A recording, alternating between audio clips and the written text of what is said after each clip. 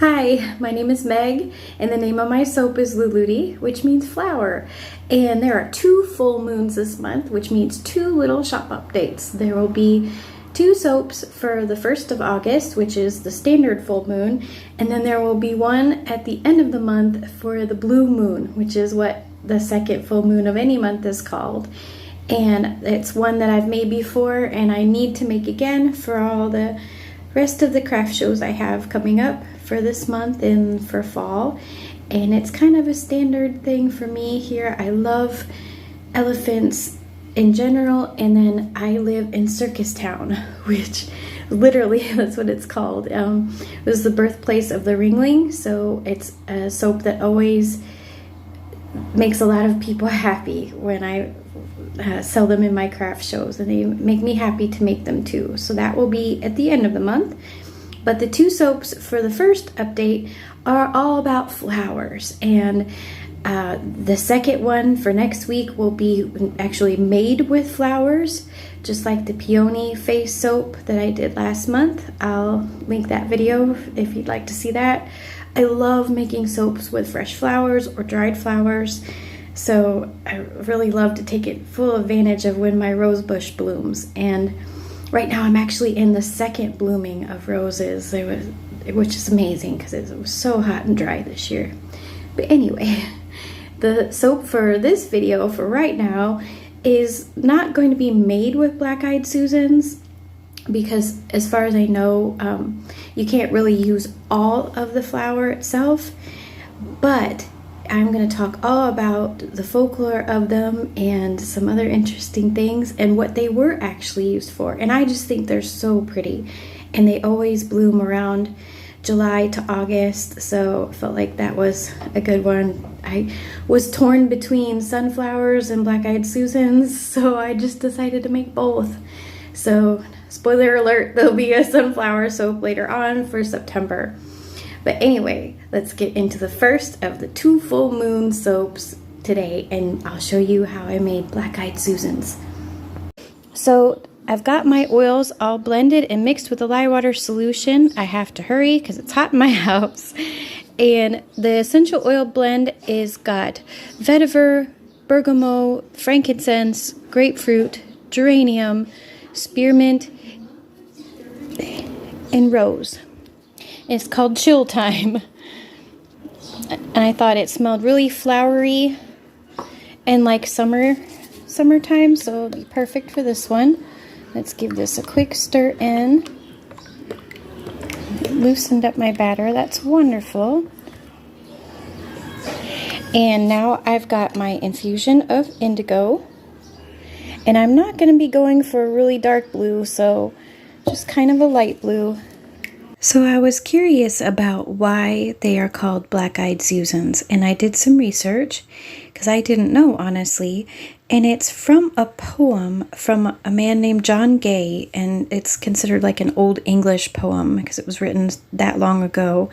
And it was about a set of lovers where the man was named William, and she called him Sweet William, and he calls her Black-eyed Susan, which just means that she's sad, that her eyes were so sad at his leaving that they looked black with tears. So I'm thinking of like someone with brown eyes and someone very sad. And so the poem is pretty long, but a part of it that I thought was really pretty is this here, where it's talking about his ship leaving. He was being sent to war and how scared she is that he won't return. And so it goes, all in the downs the fleet was moored, banners waved in the wind, when black-eyed Susan came aboard and eyed the burly men. Tell me, ye sailors, tell me true, does my sweet William sail with you? Though battle call me from thy arms, let not my pretty Susan mourn. Though cannons roar, yet safe from harms, Williams shall to his dear return. Love turns aside the balls that round me fly, lest precious tears should drop from Susan's eye. And I just thought that was precious. And then come to find out that there is, I already knew that there was a flower called a Sweet William, but Sweet William is considered a cultivated flower, something that you plant yourself from seed. And then black-eyed Susans are considered like a wildflower. But the legend says if you plant them both together, no matter when they're planted, if they're both in the ground next to each other, they will bloom at exactly the same time, which means that like the lovers are reuniting. That Sweet William and Black-eyed Susan are back together again, that he came home for her. And I thought that was just precious. And so other things about them, they are tough and hard to neglect because they like full sun and hot, dry conditions. You can forget to water them and they still will bloom. They usually bloom in July and August. And Native cultures, Native Americans and Native South Americans thought of them as a symbol of the sun and also of justice and truth. They are a protective flower against negativity and evil. And they are, again, the sign that the harvest is near. When black-eyed Susans start to spring up, you know that fall and harvest time for all your gardening will be right around the corner. And so I thought that these were all really cool things to share with you. I just love this kind of stuff about like history and folklore and what things have always been used for. Apparently their roots were used for respiratory health. They relieved pain and swelling, and a lot of Native American tribes used them for snake bites, and I thought that was interesting as well. I'm pretty sure you can consume the petals, but not the seeds. The seeds are poisonous, so that's why I didn't really want to try to actually make the soap itself with Black-eyed Susans, but I was greatly inspired by them and their beauty.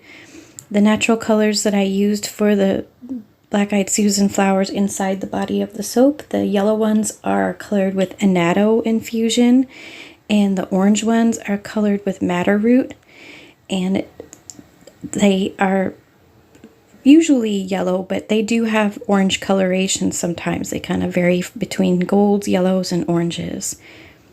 I think it's just such a pretty flower. And so here's the last bar. The little leaves on the top were colored with spirulina, and the black inside them for the Black-eyed Susan part is activated charcoal. So thank you so much for watching. Check out my next video next week for the roses soap, and take care.